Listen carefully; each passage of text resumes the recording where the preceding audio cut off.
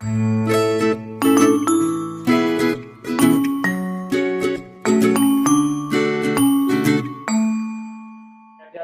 por venir a esta charla. Se llama CSS Regression Testing. Gracias a la organización por el evento, por las charlas, por escoger esta charla para poder ofrecer esos conocimientos. Gracias también a los patrocinadores. Ya de todas las charlas anteriores ya sabéis que está un hashtag para la cuenta de Twitter para tuitear. Me presento, soy Joan León. Actualmente estoy como Developer Advocate en Seated Spain. Seated Spain es la empresa que pone encima de Infojobs, anuncios, Vivo, coches y Fotocasa. Y soy frontend, los tips y hashtags que pongo, y tenéis datos también de cuenta de Twitter, de Instagram. Y el porqué de esta charla y el porqué de esta solución, de este CSS Regression Testing. Primero vamos a analizar cuál es el problema. El problema prácticamente es el pixel perfect. Si yo os muestro este formulario, es una captura de pantalla, un formulario maquetado en HTML, y os muestro la siguiente. ¿Alguien ha notado alguna diferencia? Evidentemente está el lag del slide. ¿No? Os lo pongo otra vez, si queréis. Esta es la primera, esta es la segunda. Os doy una pista. Un píxel. Un píxel de diferencia. ¿Quién ve ese píxel? Este señor. El designer. El designer ve ese píxel. Pero lo mejor de todo es que si luego analizamos bien y las sobreponemos una sobre la otra, realmente aquí arriba era un píxel, pero consecutivamente se va incrementando y aquí abajo ya no cuadra. Pues esa visión del diseñador cuando nos dice, no, esto está mal, esta es la cara que se nos queda. O sea, a ver, cuidado. Y realmente, si luego analizamos un poquito el código, resulta que antes de ese cambio, tiramos el height del campo a 44 píxeles, y después lo hemos puesto a 45, si es un pequeño píxel. Si lo analizamos bien, sí que es verdad que el incremento de los píxeles puede llevar acabando descuadrando, depende de qué diseño y qué validación. Solución rápida. Nos cargamos al diseñador y todo funciona. Una solución un poquito más elegante. Y más en el evento que estamos, vamos a ver cómo solucionar esto. Pues con el título de la charla, el Automating CSS Regression Testing. ¿Qué herramientas tenemos? Tenemos Phantom CSS, tenemos Bootstrap.js, Gemini, Bright, Manet y WebLive CSS. Todos tienen el enlace correspondiente, luego pongo las slides y lo podéis consultar. Básicamente estas herramientas lo que nos hacen es esto. Nos hacen una imagen de la web como foto inicial, luego hacemos la del cambio y nos hace la diferencia. ¿Qué pasa? Que luego según un porcentaje pues nos da el salto de error. Ahí tenemos el que evidentemente con esta slide lo podemos ver claramente cuál es la solución. Nosotros hemos elegido Phantom CSS y ¿qué es lo que hace Phantom CSS? Prácticamente es una herramienta, como antes comentaba, de hacer un screenshot y el div para ver la diferencia. Tenemos un ejemplo que es de la propia documentación. Aquí abajo tenéis un enlace al repositorio de Phantom CSS también. ¿Y qué es Phantom CSS? Phantom CSS es un pack de 3 herramientas, que es Phantom.js o Slimer.js. Phantom utiliza WebKit y Slimer.js utiliza Gecko, el de Firefox. Casper.js nos permite interactuar, porque realmente Phantom.js es un navegador sin interfaz, lo estamos ejecutando desde la consola. Entonces lo que hace es leer la página, pero no es incapaz de interactuar, simplemente es el render. Pues con Casper.js lo que hacemos es poder interactuar con él. Y por último, está utilizando Resemble.js para es una librería para comparar. De hecho, es una librería aparte que podemos utilizar en cualquier proyecto y lo que hace es compararnos las imágenes. No sé si se llega a ver bien desde allí. Sí. Hacemos un screenshot, ¿de qué manera? Llamamos a Casper, que es el que hace la captura. Llamamos a la URL que queremos y en Phantom.js hacemos un screenshot del elemento HTML, del elemento del DOM que queremos, y después un nombre que es el nombre de salida que le vamos a dar al archivo. Evidentemente aquí mantener la coherencia del naming es muy importante para luego detectar cuáles son los errores. Interacción, lo mismo, solo que hemos puesto el mouse move button. ¿Esto qué nos está haciendo? Nos estaría haciendo un hover. Entonces estaríamos viendo cuál es el caso de hacer un hover. ¿Qué hago? Pongo el selector, button, hover. Realmente aquí lo suyo sería tener las dos partes. Una, hacer la captura sin el hover, y la otra con el hover para ver las diferencias.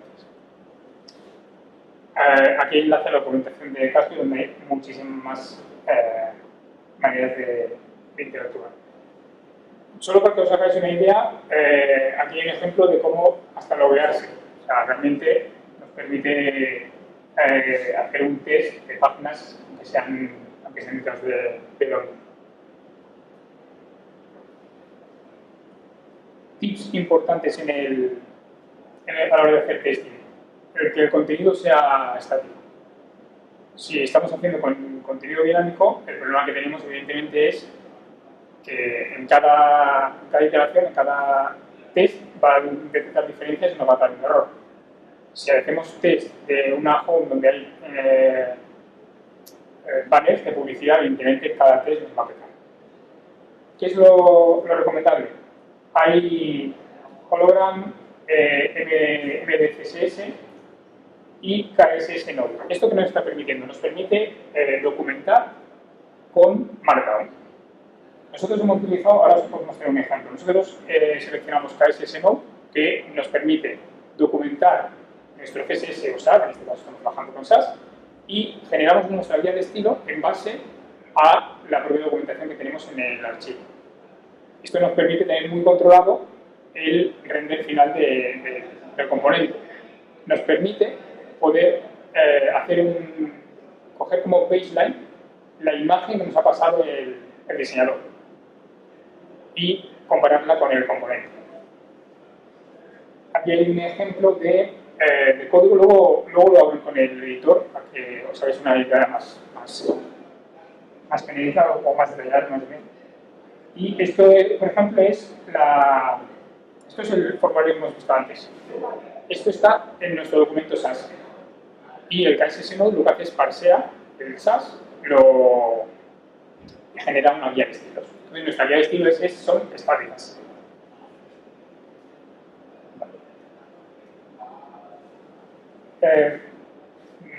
Presente. ¿Qué es lo que estamos utilizando? Estamos utilizando Phantom.js, CSS y Grand. En un proyecto ya teníamos Grand implementado, entonces lo que nos era más fácil para no romper el workflow que ya teníamos definido, pues fue utilizar Phantom CSS y hay un plugin de Grand, entonces ya nos será más fácil a la hora de integrarlo. Este es el archivo del current file, donde hay otras tareas, y aquí podemos definirle primero la carpeta de screenshots, la de resultados, el viewport, que esa es otra, nos permite definirle el viewport, quizás es la parte más importante. ¿Por qué? Porque podemos hacer test tablet, mobile y desktop a diferentes resoluciones. La URL nos pone que es opcional, ¿por qué? Porque en el archivo de test que ahora veremos podemos ponerle allí hardcodear la URL, porque en algunos casos podemos tener un test de algo en concreto que no está bajo nuestro dominio, puede ser que esté a través del propio subdominio. Y parámetros de argumentos opcionales que le podemos pasar al PDI. Y por último, el test en sí. Siendo Grand, como ya todos los plugins de Grand, nos permite ponerle la regular expression, ponemos asterisco, el comodín y que nos coja todo. Y aquí lo ponía precisamente lo de mobile, pues sería el siguiente, sería prácticamente lo mismo, Entiendo que sería lo mismo porque la URL debería ser la misma. Eso de que tengamos un m punto hoy en día ya no debería ser. Simplemente cambiarle el default. Este es el test. Aquí estamos cogiendo phantom root URL más el archivo. Nuestra guía de estilos, KSS-Node, lo que hace es generar la guía de estilos y cada grupo de punto de menú es un section 1, 2, bla, bla. Entonces aquí estoy haciendo el test de este componente, yo le he llamado el test component ticker skill, y aquí lo que hago es una captura, como antes comentaba, una captura del botón, perdón, del ladder este sticker, que es este de aquí, y luego hago también una captura con el mouse over sobre el stick. ¿Qué es lo que tenemos? Evidentemente con el contraste que hay aquí, perdón, es muy difícil, pero este es un pelín más oscuro. ¿Por qué? Porque fijaros que además el selector es a través de CSS. Estoy utilizando la clase para seleccionarlo y luego dentro lo que realmente está cambiando es el sticker close. Entonces hace el cambio en el icono de cerrar. Sí, sí, sí. O sea, en la primera función estás cogiendo todo el objeto, ¿no? El componente completo. ¿Vale? ¿Este de aquí? Sí. Sí. Y luego lo que estás haciendo con la siguiente clase, con el sticker close, es solo mover el ratón encima. Vale. Y luego vuelvo a cogerlo todo. Vale. Fíjate que lo único que cambia entre esta línea y esta es que yo aquí al final le he puesto el hover para saber que la captura de juego que me está haciendo es del hover. Vale. Entonces yo puedo comprobar. Tendrías que ir concatenando si quisieras hover, acción, correcto, sí, sí, sí. Bla, bla. Vale. Pues ir concatenando los que quieres. Vale. Incluso si tuvieses algún sistema de navegación que te detecte la posición del ratón, si está más a la derecha o más a la izquierda, entonces ahí ya sí que hay que capturar la posición del ratón, ver si estás más a la derecha para saber si se despliega el menú de la derecha o el menú de la izquierda, cosas así.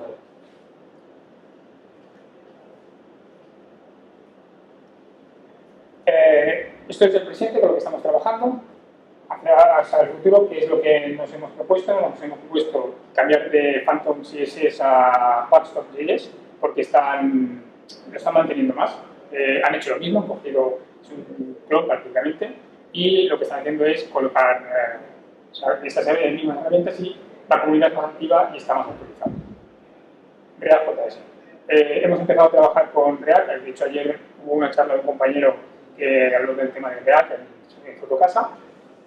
Es la tecnología que hemos decidido y la vamos a expandir al resto de verticales y nos interesa este tipo de test también implementarlos con React. Eso dependerá mucho del motor de WebKit. Por cierto, antes hemos comentado que había el de WebKit y el de Firefox, Gecko. Tened en cuenta que esto no es un QA visual.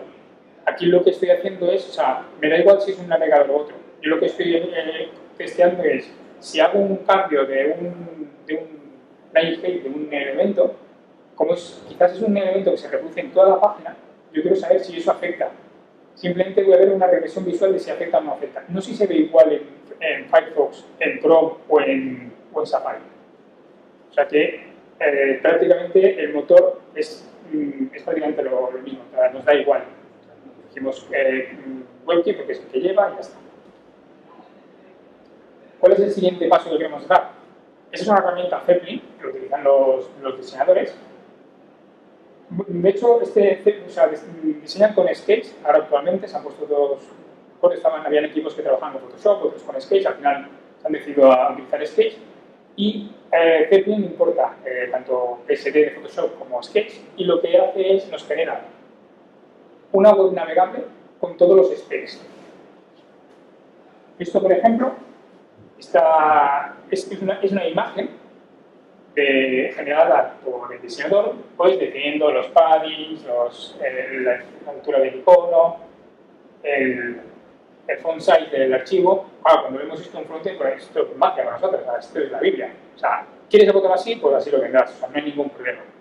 ¿Qué es lo que nos permite Zeppelin? Pues tenerlo de forma navegable, HTML, donde vamos poniendo el cursor encima y nos va marcando cada una de aquellas informaciones. Incluso nos permite copiar el CSS para implementar.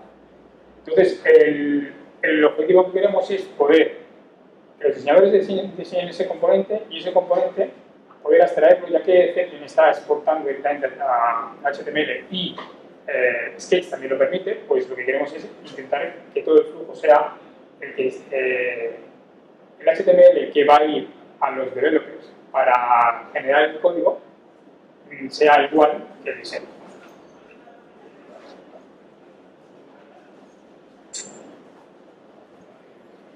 Veo que estoy siendo bastante rápido. Si tenéis alguna duda o algo... Después. Sí, vale. Bueno, pues hacemos una demo de ver cómo funciona. Y así también veremos cómo lo que comentábamos antes de KSS. A ver, vamos a...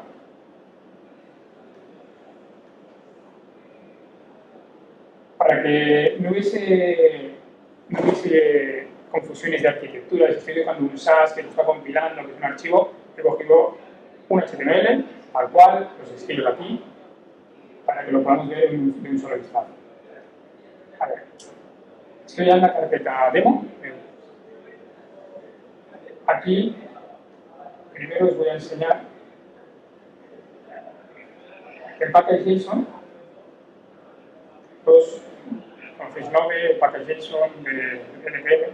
Pues aquí tengo las diferentes dependencias que necesito y son Phantom CSS, que automáticamente ya nos instala el Casper.js y Phantom.js Preview. Es una versión que han cambiado hace poco. El HTTP server ha sido simplemente para levantar el servidor para que nos funcionase. De hecho, lo tengo levantado aquí. Lo tengo levantado en una pestaña porque evidentemente necesito capturar algo. He levantado el servidor por un lado y por el otro lado hay diferentes tareas. El start es el servidor, test es Casper.js test y el nombre del archivo, y rebase es el que nos va a permitir, porque una vez hemos hecho una modificación conscientemente y hemos tenido un cambio, también nos interesa hacer ese snapshot de decir, este es el bueno ahora. Pues este es el package.json y este es el HTML. Vamos a ver primero el HTML.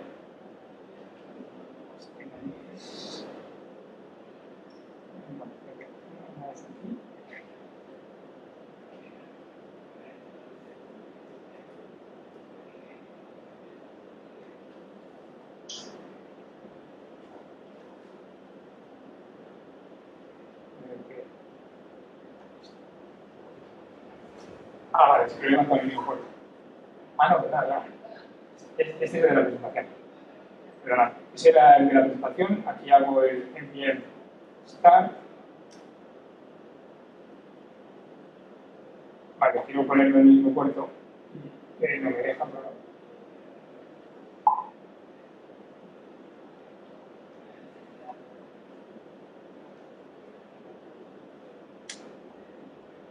Vale.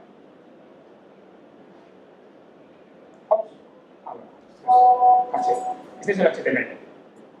Simplemente los P con unas clases. Y vamos a ver que este es el archivo donde está el proyecto. Aquí está el HTML, el NoModus para los paquetes, el package.json, esto es antes de una prueba fuera, y tengo el test y el test first. Vamos a lanzar el test. Ahora sí que necesitaré. Ya tengo el servidor, vamos a entrar en el desktop demo. Voy a hacer esto de más grande. Y npm test. Me hace un new screenshot, porque es la primera vez que lo estamos lanzando. Aquí tengo una carpeta screenshot y tengo una captura de qué tengo una captura. Vamos a ver el test, que es este de aquí. Estoy capturando body y como salida body, entonces me está capturando todo. Para el ejemplo de hoy, evidentemente, no pasa nada, pero no se aconseja que sea todo el elemento porque puede ser muy, muy largo. Entonces, a la hora de hacer el diffing, puede ser bastante complicado. Vamos a hacer un cambio. Bueno, voy a volver a lanzar el test.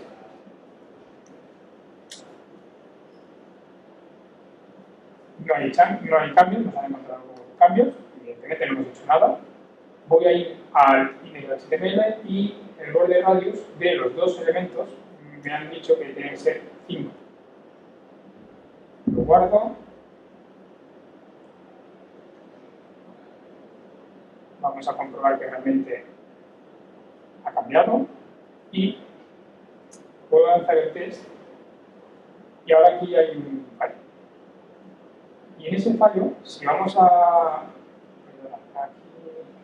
Finder, ahora mismo tengo, este es el original, este es el nuevo, y aquí tengo un pequeño diffing donde se ve muy poquito, porque hemos hecho solo 5, donde está la diferencia. Ahora, en realidad es un fail, pero es lo que tú pedís. Sí, sí, exacto. O sea, sería un fail si, o sea, él ha detectado un cambio, evidentemente para él a nivel pixel perfect es un fail, pero por eso ahora nos interesa definir, no, es que esto es correcto. Entonces, hacemos un npm, ahí abajo, npm run, ¿veis? He hecho el nuevo screenshot, lanzamos el test, da OK. Y ahora fijaros que las diferencias ya no. De hecho, la herramienta es simple. Es más, el mecanismo y introducirlo en el workflow de los equipos para decirles, tener en cuenta que hacemos esto. Y luego, ¿dónde podemos utilizar? Bueno, podría hacer más cambios y nos daría más cambios, cambios los paddings y demás. Entonces, ¿solo tiene en cuenta posiciones? ¿Tiene en cuenta también colores? Colores, tipo de letra. Sí, también. Vamos a hacer una cosa, vamos a cambiar light coral, lo vamos a poner light green.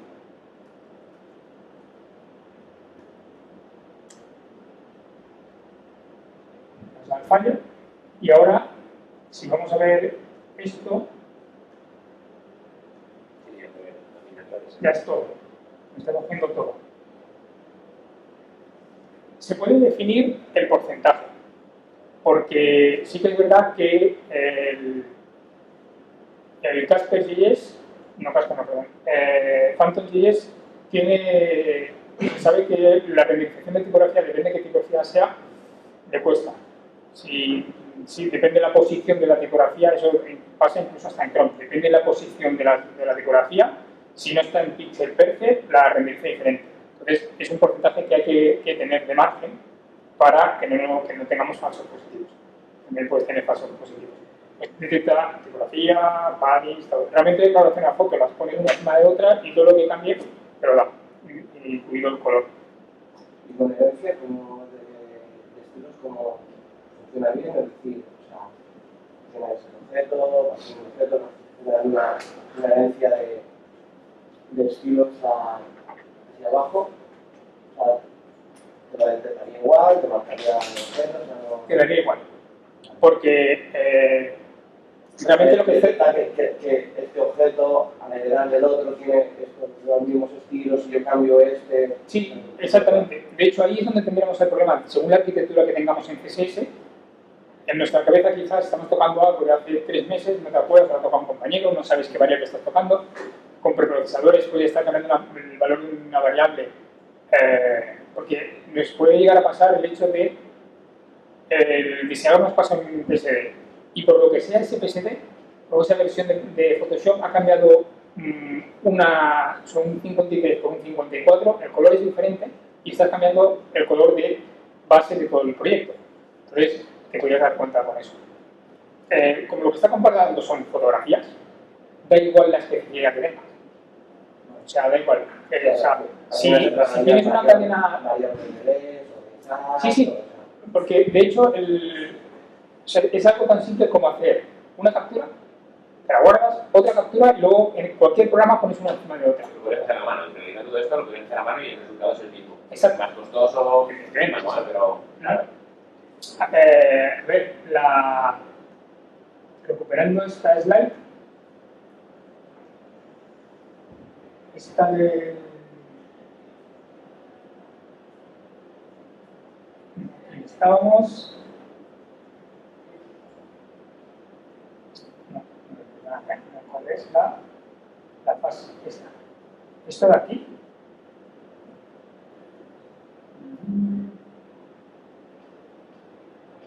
Esta está sobrepuesta en Photoshop. Yo estaba haciendo la imagen y está sobrepuesta. O sea, ¿qué nos está permitiendo? Esto. Esto, pero el... De forma automática, evidentemente. Siendo un ¿Explicaros poco... un poco el workflow que hacéis? ¿Cómo? Explicaros un poco el workflow que hacéis para introducir esto. Porque cuando lo introducís, lo pasáis por todas las páginas, solo lo paso cuando me interesa. Lo estamos pasando en los tests que nos interesan. O sea, creamos el test en concreto para pasarlo en todas las páginas. Como estamos en un proceso, hemos hecho una migración, ya os enseñaré la guía de estilos que nos genera de forma dinámica.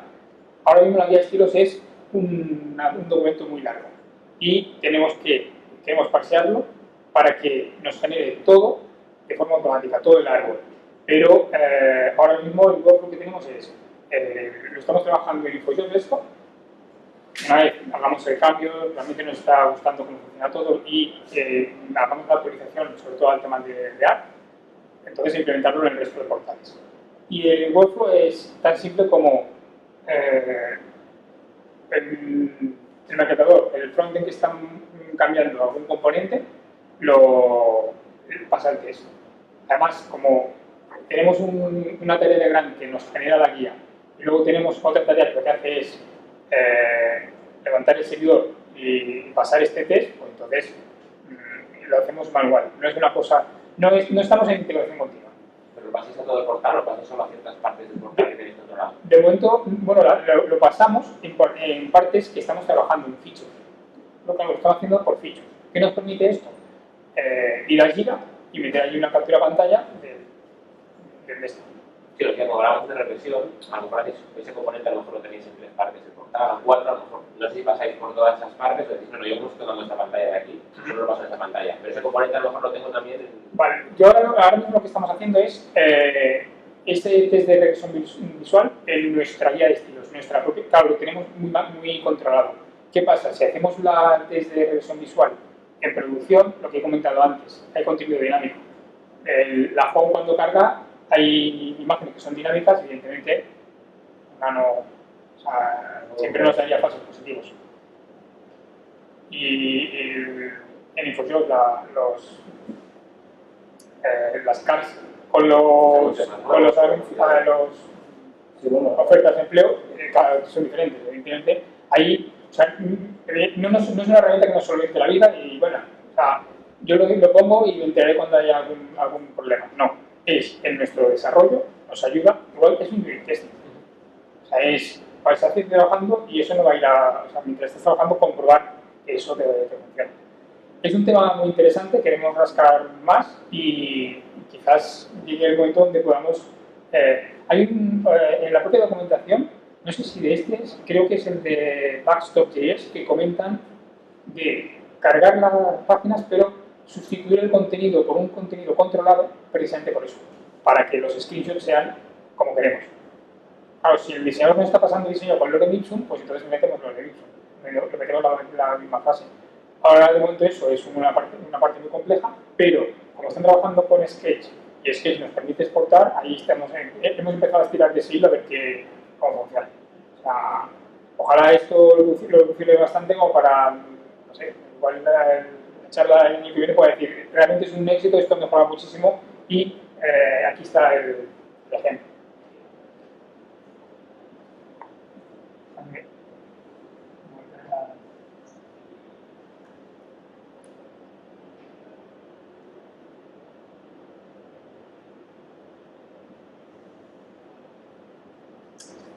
Y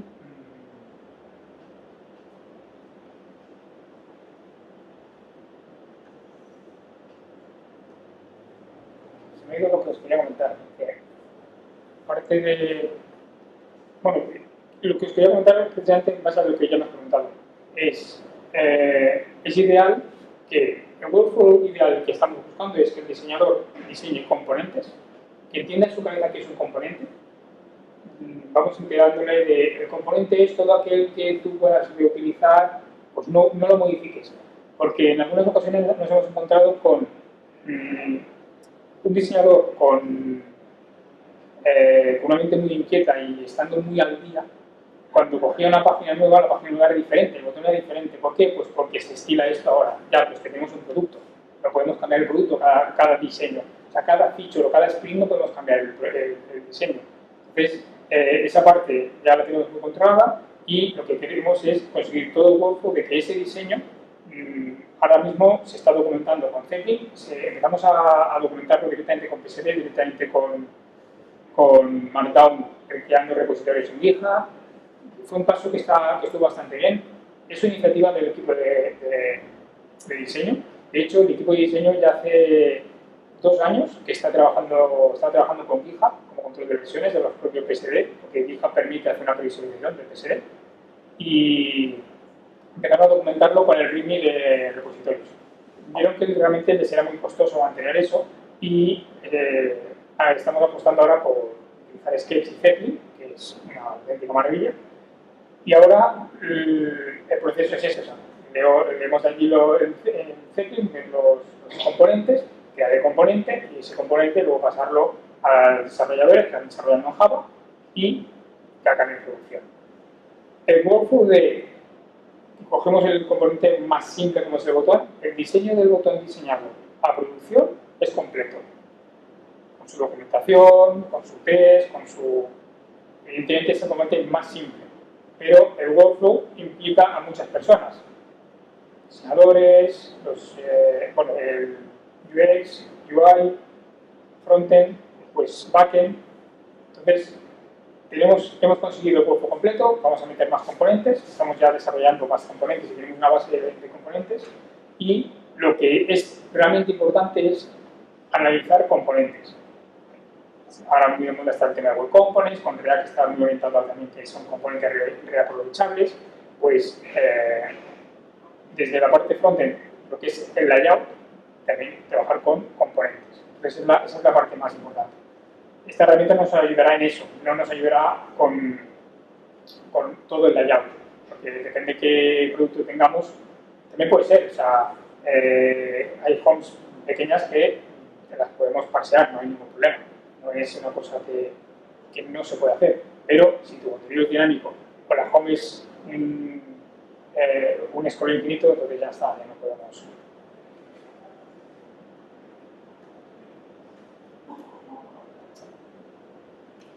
Y en principio eso era todo. Puedo garantizar que durante la presentación no hemos maltratado a ningún diseñador. Antes había puesto la diapositiva con varias cosas. ¿Puedes dar un poquito para atrás? Una lista de... Sí, de hecho, escapes. Hacer escape están todas. ¿El componente de los botones? No, era una lista... Mira, esta de aquí abajo, la última de abajo del todo, la de tips, lo que es. Esta, sí. ¿Esta? Ah, sí, lo que... El KS no me queda muy claro para qué si lo has hecho. Sí, con esto documentamos el... Pues lo muestro. Ah, sí. Sí. A ver, vamos Porque a... habías dicho, con esto generamos Aquí hay estilos. Correcto. ¿Cómo funcionaría esto? Mira. Voy a ir a... Eso, cierro.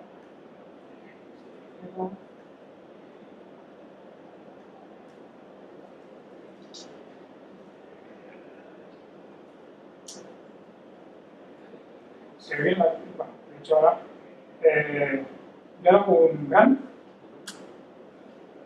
y como tarea por defecto tenemos todo esto. Vamos a cambiar de runs.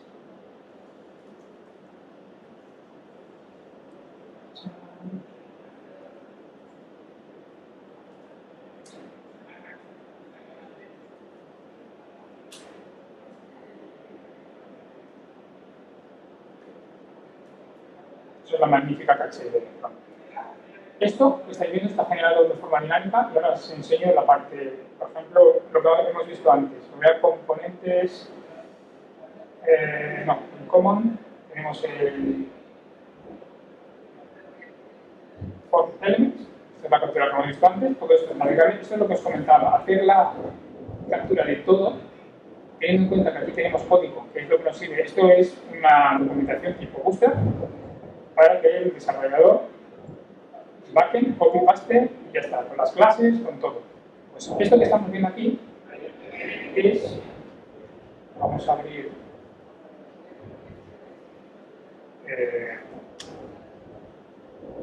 directo.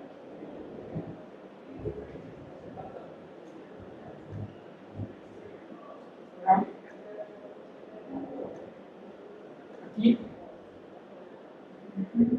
esta línea de aquí es la que nos está haciendo la llamada al node, KSS node. Le estoy diciendo el origen, le estoy diciendo el template, el origen y el destino, perdón, el template que estoy utilizando es el InfoJobs y unos helpers. Está utilizando Handlebars como plantilla de... Entonces, también permite helpers y lo que hacemos con los helpers precisamente pues es algunas magias, porque por ejemplo, ahora lo veremos en la guía de estilos, la grid no pinta nada por defecto. Entonces la grid es muy difícil verla. ¿Qué hemos hecho? Pues cambiarla un poco para el layout. Entonces, lo que estamos haciendo es aquí arriba está pintando un código y este es el código de verdad. Entonces, con helper lo que hacemos es esconder y mostrar el código para que porque la grid, por ejemplo, no tiene un gris de fondo, entonces no se vería nada. Y para que tenga un efecto visual, pues entonces está puesto ahí. Pues esto se ha generado con esta orden y si voy a forms, que es el que tenemos abierto, esto es un SAS. Y este SAS, vamos a buscarlo, tenemos aquí. Este código está en gris, que ha comentado, es un código comentado que lo que hace es el KSS parsear este SAS y cambiar. De hecho, el proceso es genero el SAS, después del SAS el CSS. Fijaros que si vuelvo al run, lo que estoy analizando aquí es el styleguide this styleguide.css. O sea, lo que estoy generando leyendo es el generado final. Y con documentación aquí, con esta documentación de aquí, lo que hacemos es generar esa guía. Aquí tenemos el styleguide y el título para cada uno de ellos. Hay varios. Nosotros probamos este. KSS originalmente estaba en Ruby y con este ecosistema que tenemos ahora de más full stack, evidentemente es más fácil utilizar Node y JavaScript que no utilizar Ruby. Vi que el proyecto lo habían portado a Node y es lo que estamos utilizando. La idea es muy buena porque siempre he visto las guías de estilo, SD o cosas así, es la mano, pero claro, ya es CSS ya es su propia guía de estilo. Exacto. O sea, os muestro, esto de aquí, esto es el HTML. Sí. Entonces, yo ahora me voy a ver los components, los stickers que estábamos viendo antes, estamos viendo esto de aquí abajo, esto de ahí. Este hover es el que antes hemos visto. Entonces, esto de aquí, por ejemplo, diferentes stickers y ¿qué es lo que tenemos? Pues que el developer puede copy-pastear. Por ejemplo, nosotros estamos desarrollando nuestro propio framework. En este caso se llama Ruby. Somos bastante anti-Bootstrap, anti-utilizar frameworks de CSS, pero más que nada porque creo que es una librería muy densa y luego tienes que modificar como los diseñas en base a Bootstrap o el diseñador dice, no, esto no, vale. Tienes que escribir, cambiar, entonces no será más fácil empezar de cero. Pero evidentemente la documentación es buena y el sistema de cómo documentarlo nosotros lo hacemos de esta manera y claro, va genial. Echarle un ojo a KSS permite hay gente que lo que más nos costó al principio fue meter HTML en el SAS. Eso nos dolía un poco a los dos. Supongo que si habéis visto algo de React, que es como el JSX, el meter lo que parece HTML ahí en medio, duele, al principio duele. Pues aquí nos pasa lo mismo. Te acabas acostumbrando porque es tu propia documentación y al mismo tiempo es tu test visual. Sí, porque además esto no es para poner en producción, eso es tu documentación. Exactamente. No te importa tanto que esté todo súper pulido. Claro, además, cuando hago la llamada, genero uno con documentación y genero CSV minificados básicos sin documentación, y allí no hay nada. Y la alternativa es poner un import. Se puede importar y hacer llamadas a HTML. Entonces, este código de aquí podría estar en un HTML. Pero empezamos a probarlo, pero nos generaba un poco más ya de sobrearquitectura de la carpeta, la arquitectura de carpeta. Entonces, me pareció un poco, le dimos una oportunidad al hecho de ir utilizando el Markdown dentro del propio SAS y genial. Llevamos un año así, la verdad es que no hay problema. Entonces, ¿qué pasa? Que volviendo un poco al workflow que comentabas antes, el diseñador al mismo tiempo aquí puede ver si eso está bien. Ese diseñador que hace así dice, eso está mal. Entonces, claro, aquí hacemos el diffing de este componente. Y si dice, no, es que este color no es el color que toca. Bueno, pues, antes de que venga él desde la colleja, podemos testearlo. Luego, si realmente cambia, porque el porcentaje ya hemos puesto de permisión no era correcto, pues entonces se cambia el color, ¿no? Pero esas son las herramientas que estamos haciendo. ¿El equipo de frontend? ¿La aplicación frontend de diseño cuánta gente sois más o menos? En InfoJobs, de diseño, habían 3, ahora son 2. Lo que pasa es que ha habido una fusión de UX y UI y ahora son bastantes más. Y en frontend eran 3 y ahora mismo son 2. Yo he estado en ese equipo y ahora no estoy dentro de InfoJobs, estoy más genérico, como comentaba antes. Pero esta guía, de hecho, yo estuve en el inicio de este proyecto. Vamos a generar una guía y vamos a trabajar con componentes, con el tema de SAS y todo eso. Y una vez que esto ya funcionaba y que ya andaba solo, pues entonces ya fui a otro proyecto. ¿Esto solo lo estáis implementando ahora mismo en InfoJobs? Esto sí. Sí. O sea, este JavaScript, cuando vas a la web de InfoJobs y buscas, o sea, que sale el toolkit de JavaScript de los skills, es este.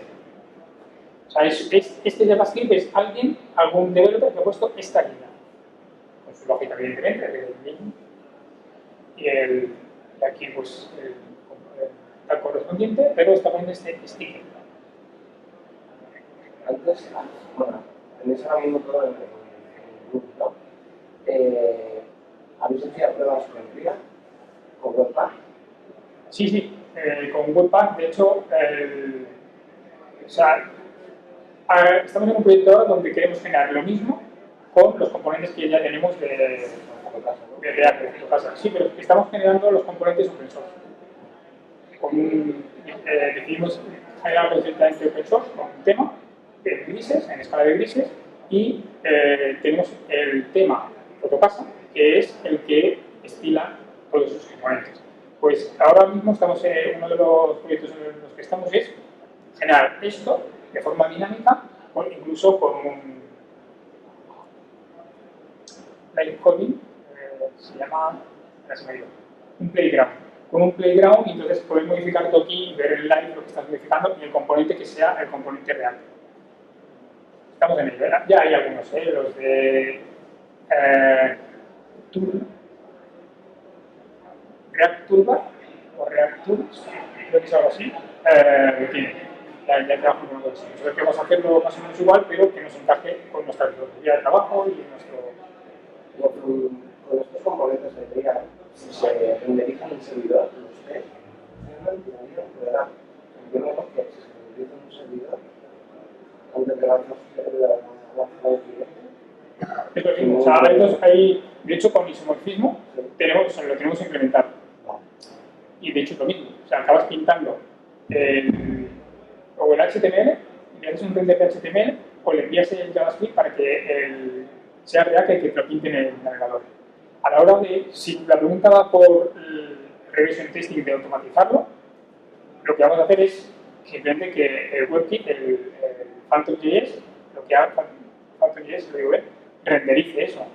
Si lo renderiza porque ya le viene con un HTML dado, porque viene de un node, él está consultando una URL. Si esa URL detrás hay un node, un Java, un PHP, o sea, le da igual. Sí, sí, o sea, hacer la foto. ¿No? Sí, exactamente. O sea, está todo renderizado. exactamente. Cuando está renderizado, hace la foto. Incluso llamadas, ¿no? Asíncronas. Correcto. Sí, sí, sí. Lo que pasa es que si entras en llamadas a APIs, si son dinámicas, ahí es cuando dicen ya. Además, creo que la tercera te dice, ya no hago más. O sea, más que nada. Bueno, lo que sí que puedes hacer es tener una API controlada de contenido dummy. Entonces, si tienes una API que te regula contenido dummy, entonces va genial. Porque siempre tienes el mismo test.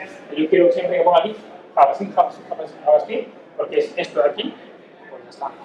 Además, pones JavaScript como pones Photoshop o el diseñador ha puesto antes Photoshop. Pues, que sea el mismo, y entonces llegaremos a esa línea o ese workflow de el diseñador ha hecho este componente y está aquí en producción idéntico. Pues que todo sea. Es el objetivo, o sea, que lo que ha diseñado que acabe en producción. Y que si hay algún error, pues que te enteres antes de que acabe en producción. A ver, evidentemente, los backfixings de maquetación en producción, muy rara vez hay un div más cerrado y se rompe la página y no se ve el contenido. Son peores los de backend porque puede ser que no haya una web de la API, porque hay un cruce de datos, evidentemente es mucho peor. Pero si podemos evitar que en producción acaben cosas que no. Porque hemos tenido un diseñador que lo que hacía era visitar la web. Y en producción, tener dos pantallas, tener la pantalla del navegador y la otra gira. Iba abriendo giras de esto está mal, esto está mal. Claro, eso se ha reducido muchísimo. Pero realmente agradezco que lo hiciera, porque fue una alerta de recursos. Entonces ya los managers empezaron a ver que había una cantidad de recursos de backfixing y ¿pero esto qué es? O sea, este mantenimiento, aunque sea visual, evidentemente estamos trabajando con un producto. Si queremos que nuestro producto sea bueno, ahí hay una guerra ya con el equipo de diseño donde tienen que trabajar más, está clarísimo. Pero nosotros, en nuestro apartado de frontend, es decir, bueno, vamos, lo que queremos es llevarnos bien todo, dame el diseño, maquetamos bien y además luego nosotros mismos también queremos que eso, que lo he formateado perfectamente en SAS, con mi Pinter, o sea, todo mi trabajo quiero que acabe bien en producción. Entonces, ¿qué pasa? Lo he visto al desarrollador. Olvídate, o sea, copia y pega este código. Además, también es normal, o sea, el backend, su objetivo y su foco es otro, que no teclear HTML. Es que ya lo sé, o sea, no tiene que teclear más HTML. De hecho, uno de los objetivos de esta guía es que olvidasen el nombre de los frontends. O sea, si tienes esta guía, tú entras en una empresa y te dan esta guía, te da igual cómo se llama el frontend. ¿Qué pasa? Que los frontends antes, hace 3 años, los frontends estaban, no paraban. Iban de mesa en mesa, oye, esto cómo va, oye, esto cómo va, oye, esto se ha roto, esto no lo veo bien, esto diseñado me dice que no se ve igual. Entonces, uno de los objetivos era, vamos a intentar que se olviden de los nombres de los frontends. Evidentemente no se va a olvidar el nombre de los frontends, pero sí que es verdad que hay gente nueva que consulta esto y no tiene por qué saber quién es el equipo frontend. Tú ves esto y puedes pensar, hostia, el equipo frontend son 8 como mínimo. Pues ahora mismo son 2. Por eso te lo preguntaba. No, ahora mismo son 2. Fuimos 4 con el proyecto, yo me fui y eran 3 en el proyecto. Y luego había una persona que salió. Y ahora mismo con 2 está bien. O sea, no hubiéramos reducido el equipo, es una persona que fue, pero vemos que con 2 personas se mantiene. Y se mantiene bien. ¿Por qué? Por la estructura. Al final estamos hablando más de esta parte, pero que bueno, salió en la parte de regression testing salió de eso, de decir, bueno, el objetivo de todo esto era que lo que se diseña acabe en producción y que acabe igual. Y cuando pones un ejemplo de un botón, la gente dice, es que no tiene que ser tan difícil. es un botón, son unos colores, es un radio button, es un borde radius de 5 píxeles, de lo que sea. Pues ¿qué tipo son? No acababa igual en todas las páginas, unas páginas estaban bien, en otras páginas estaba mal. ¿Por qué? Porque no había puesto esta clase, no había entendido que era sticker, marker o contrast. ¿Qué pasa? De la forma de...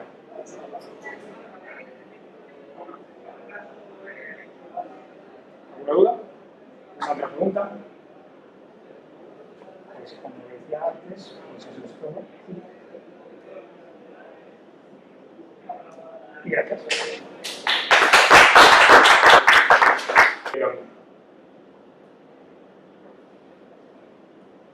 Tips importantes a la hora de hacer testing. Que el contenido sea estático. Si estamos haciendo con contenido dinámico, el problema que tenemos evidentemente es que en cada iteración, en cada test, va a detectar diferencias y nos va a dar un error. Si hacemos test de una home donde hay banners de publicidad, evidentemente cada test nos va a pecar. ¿Qué es lo recomendable? Hay hologram, MDCSS y KSS Node. ¿Esto qué nos está permitiendo? Nos permite documentar con Markdown. Nosotros hemos utilizado, ahora os podemos mostrar un ejemplo. Nosotros seleccionamos KSS Node, que nos permite documentar nuestro CSS o SAS, en este caso estamos trabajando con SAS, y generamos nuestra guía de estilo en base a la propia documentación que tenemos en el archivo. Esto nos permite tener muy controlado el render final del componente. Nos permite poder coger como baseline la imagen que nos ha pasado el diseñador y compararla con el componente. Aquí hay un ejemplo de código, luego lo abro con el editor para que os hagáis una idea más genérica o más detallada, más bien. Y esto, por ejemplo, es el formulario que hemos visto antes.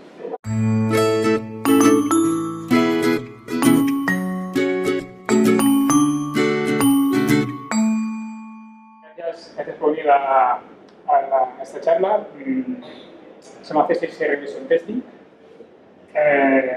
Gracias a la organización por el evento, por las charlas, por escoger esta charla para poder ofrecer esos conocimientos. Gracias también a los patrocinadores.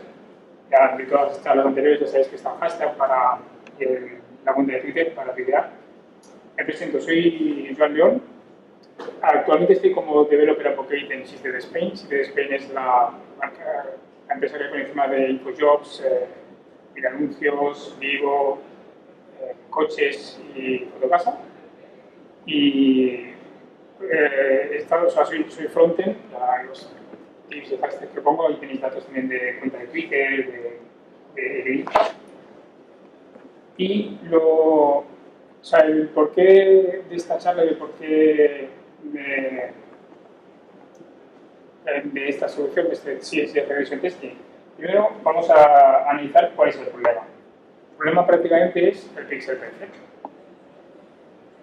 Si yo os muestro este formulario, es una captura de pantalla, un formulario maquetado en HTML, y os muestro la siguiente. ¿Alguien ha notado alguna diferencia? Evidentemente está en el slide. ¿No? Os lo pongo otra vez, si queréis. Esta es la primera, este es el render. Pues con Casper.js lo que hacemos es poder interactuar con él. Y por último, está utilizando Resemble.js es una librería para comparar.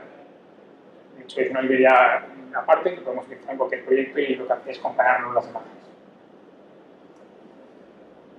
No sé si se llega a ver bien desde allí. Hacemos un screenshot, ¿de qué manera? Llamamos a Casper, que es el que hace la captura. Llamamos a la URL que queremos y en Phantom.js hacemos un screenshot del elemento HTML, del elemento del DOM que queremos, y después un nombre que es el nombre de salida que le vamos a dar al archivo. Evidentemente aquí mantener la coherencia del naming es muy importante para luego detectar cuáles son los errores. Interacción, lo mismo, solo que hemos puesto el mouse move button. Esto, ¿qué nos está haciendo? Nos estaría haciendo un hover. Entonces estaríamos viendo cuál es el caso de hacer un hover. ¿Qué hago? Pongo el selector, button, -hover. Realmente aquí lo suyo sería tener las dos partes. Una, hacer la captura sin el hover y la otra con el hover para ver las diferencias. Aquí enlace a la documentación de Caspi donde hay muchísimas más maneras de interactuar. Solo para que os hagáis una idea, aquí hay un ejemplo de cómo hasta loguearse. O sea, realmente nos permite hacer un test de páginas aunque sean detrás de la segunda. Os doy una pista. Un píxel. Un píxel de diferencia. ¿Quién ve ese píxel? Este señor. El designer. El designer ve ese píxel. Pero lo mejor de todo es que si luego analizamos bien y las sobreponemos una sobre la otra, realmente aquí arriba era un píxel, pero consecutivamente se va incrementando y aquí abajo ya no cuadra. Pues esa visión del diseñador que cuando nos dice no, esto está mal, esta es la cara que se nos queda. O sea, a ver, cuidado.